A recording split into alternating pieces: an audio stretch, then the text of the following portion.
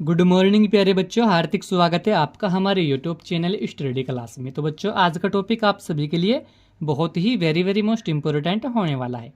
बच्चों, आज का हमारा टॉपिक है कि भूस्खलन आपदा के प्रमुख कारण क्या है। इस तरीके से यह टॉपिक बच्चों हर साल बोर्ड एग्जाम में 5 नंबर में पूछा जाता है। तो आज की इस छोटी सी वीडियो के माध्यम से हम आपको बहुत ही सिंपल भाषा में समझाएंगे कि भूस्खलन आपदा के प्रमुख कारण क्या होते हैं। तो बने रहना वीडियो में लास्ट तक। जो हमारे चैनल पर आप पहली बार आए हो तो हमारे चैनल को सब्सक्राइब करो और बेल आइकन को प्रेस करो, जिससे कि आने वाली नेक्स्ट वीडियो का नोटिफिकेशन आप सभी को मिलता रहे। तो देखिए बच्चों, भूस्खलन आपदा के प्रमुख कारण। भूस्खलन विश्व की भयंकर प्राकृतिक आपदाओं में से एक है। हिमालय क्षेत्र में भूस्खलन के कारण प्रतिवर्ष हजारों मौतें होती है और करोड़ों की संपत्ति नष्ट हो जाती है। यहाँ वर्ष भर भूस्खलन का खतरा बना रहता है, परंतु वर्षा ऋतु में इस आपदा की आवृत्ति सर्वाधिक हो जाती है।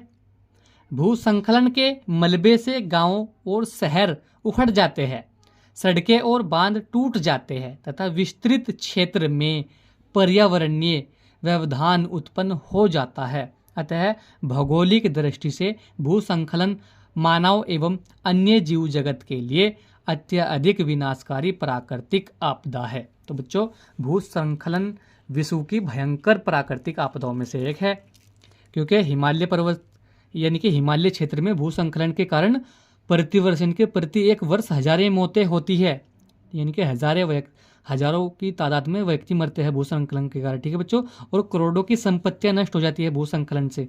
और यहाँ वर्षा भर भूस्खलन का खतरा बना रहता है, यानी कि हिमालय क्षेत्र के अंतर्गत क्या होता है, वर्षा भर भूस्खलन का खतरा बना रहता है, परंतु वर्षा ऋतु में इस आपदा की आवृत्ति सर्वाधिक हो जाती है। यानी कि वर्षा जब ऋतु होती है, वर्षा ऋतु, इसमें इस भूस्खलन की जो आवृत्ति है में सर्वाधिक हो जाती है, और भी अधिक हो जाती है। और भूस्खलन के मलबे से गांव और शहर उखड़ जाते हैं, यानी कि भूस्खलन का जो मलबा होता है, इससे गांव और शहर जो होते हैं उखड़ जाते हैं और सड़कें और बांध टूटने लगते हैं। इनकी सड़कें भी टूट जाती है और जो नदियों पर बड़े बड़े बांध बने जाते हैं यह भी टूट जाते हैं तथा विस्तृत क्षेत्र में पर्यावरणीय व्यवधान उत्पन्न हो जाता है।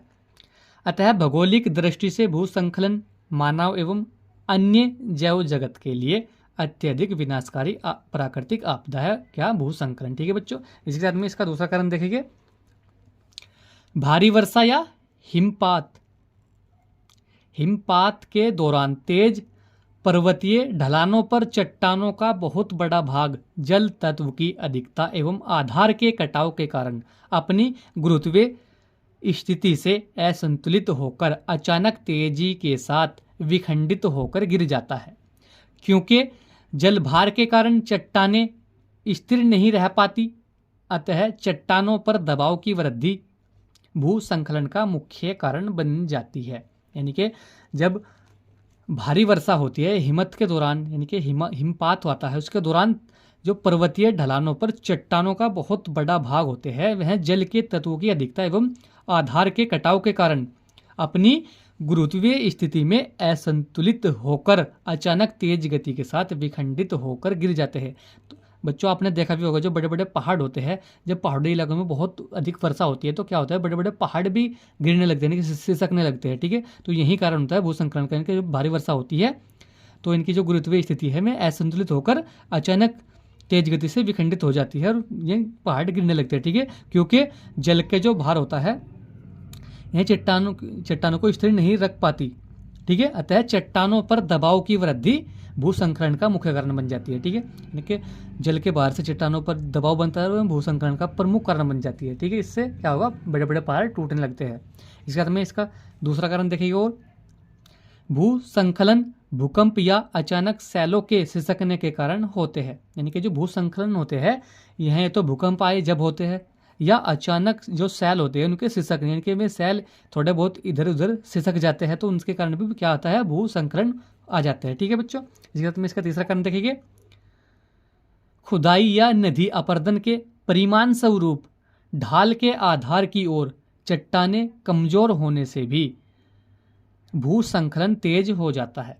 यानी कि जब खुदाई होती है, या नदी अपर्दन के परिमाण स्वरूप जो ढाल होते हैं, ढाल के आधार की ओर, यानी कि जिस चट्टान का ढाल जिधर होगा उस चट्टान उस उधर से कमजोर होने से भी भूसंकलन तेज हो जाता है। तो यह भी भूसंकलन आपदा का एक बहुत वेरी वेरी मोस्ट इंपोर्टेंट कारण होता है। तो बच्चों आज की वीडियो में यही था कि भूसंकलन आपदा के प्रमुख कारण क्या है। हमने आपको बहुत ही सिंपल भाषा में समझा, क्योंकि यह टॉपिक बच्चों हर साल बोर्ड एग्जाम में 5 नंबर में पूछा जाता है। तो आज की वीडियो में यही था। वीडियो कैसा लगा, वीडियो को लाइक कमेंट शेयर करें। मिलते हैं ऐसे ही अगली को नेक्स्ट वीडियो में, तब तक के लिए bye bye, have a nice day.